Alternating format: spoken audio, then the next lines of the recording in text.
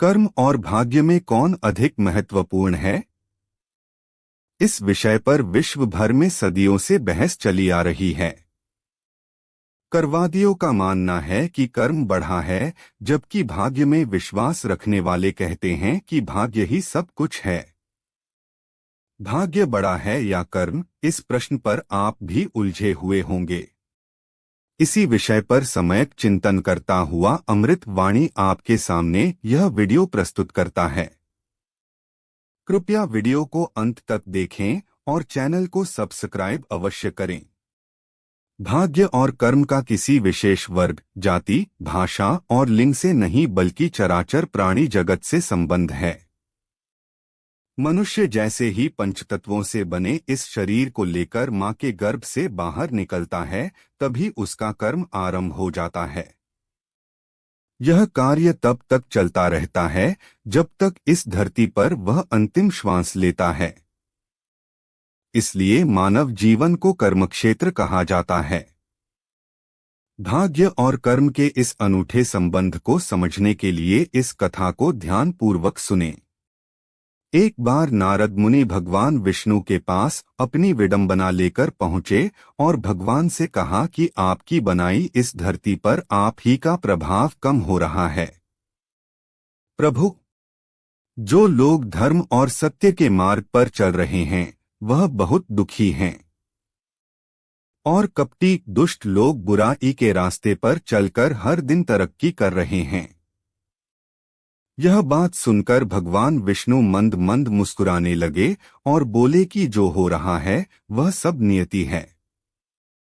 नारद जी को फिर भी संतुष्टि नहीं हुई और कहने लगे कि मैं पृथ्वी पर वर्तमान स्थिति देखकर आया हूं।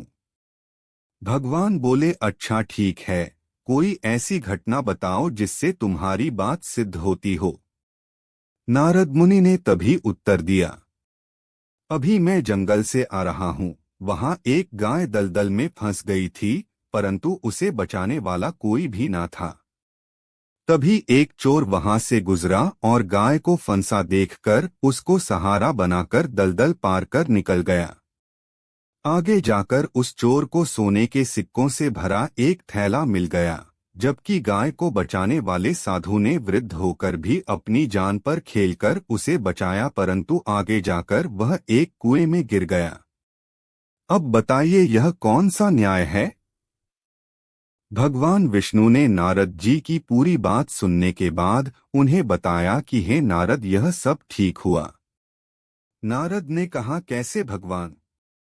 तो विष्णु जी बोले, क्योंकि चोर की किस्मत पहले ही लिखी जा चुकी थी और उसकी किस्मत में सोने के सिक्के से भरा एक थैला नहीं बल्कि पूरा महल था, लेकिन उसने गाय के साथ जो किया उसके कारण उसके कर्म बिगड़ गए और उसे सिर्फ एक थैला ही मिला। वहीं साधु की किस्मत में मृत्यु थी, परंतु उसने गाय को बचाकर पुण्य का कार्य किया और वह मृत्यु एक छोटी सी चोट में बदल गई। नारद मुनि भगवान की इस बात को सुनकर संतुष्ट हो गए थे। उन्हें समझ आ गया था कि हमारा कर्म यदि अच्छा है तो वह भाग्य भी बदल सकता है, यानी कर्म ही भाग्य को बनाता है। तुलसीदास जी ने श्री रामचरितमानस में कर्म की ही प्रधानता बताई है। कर्म प्रधान विश्व करी राखा, अर्थात युक्त कर्म का ही है। प्रधानता तो कर्म की ही है, कर्म किए बिना कुछ भी संभव नहीं है। हम सबके जीवन में कई बार ऐसा भी होता है कि जब हमने कर्म अच्छा किया हो और उसका परिणाम या फल वैसा ना मिला हो। कर्म के अनुकूल फल न मिलने और अधिक या कम मिलने पर हम भाग्य को कोसते हैं। इसीलिए कर्मफल और भाग्य ऐसे विषय हैं जिनके बारे में जानने के लिए हर व्यक्ति सदा उत्सुक रहता है। भारतीय चिंतन कर्म को प्रधान मानता है। गीता में कृष्ण समझाते हैं कि तेरा अधिकार कर्म करना है, फल पर तेरा अधिकार नहीं है। परंतु मनुष्य अपने कर्म के आधार पर ऊंच नीच, श्रेष्ठ, निकृष्ट और अच्छे बुरे मनुष्य की कोटि में जाना चाहता है।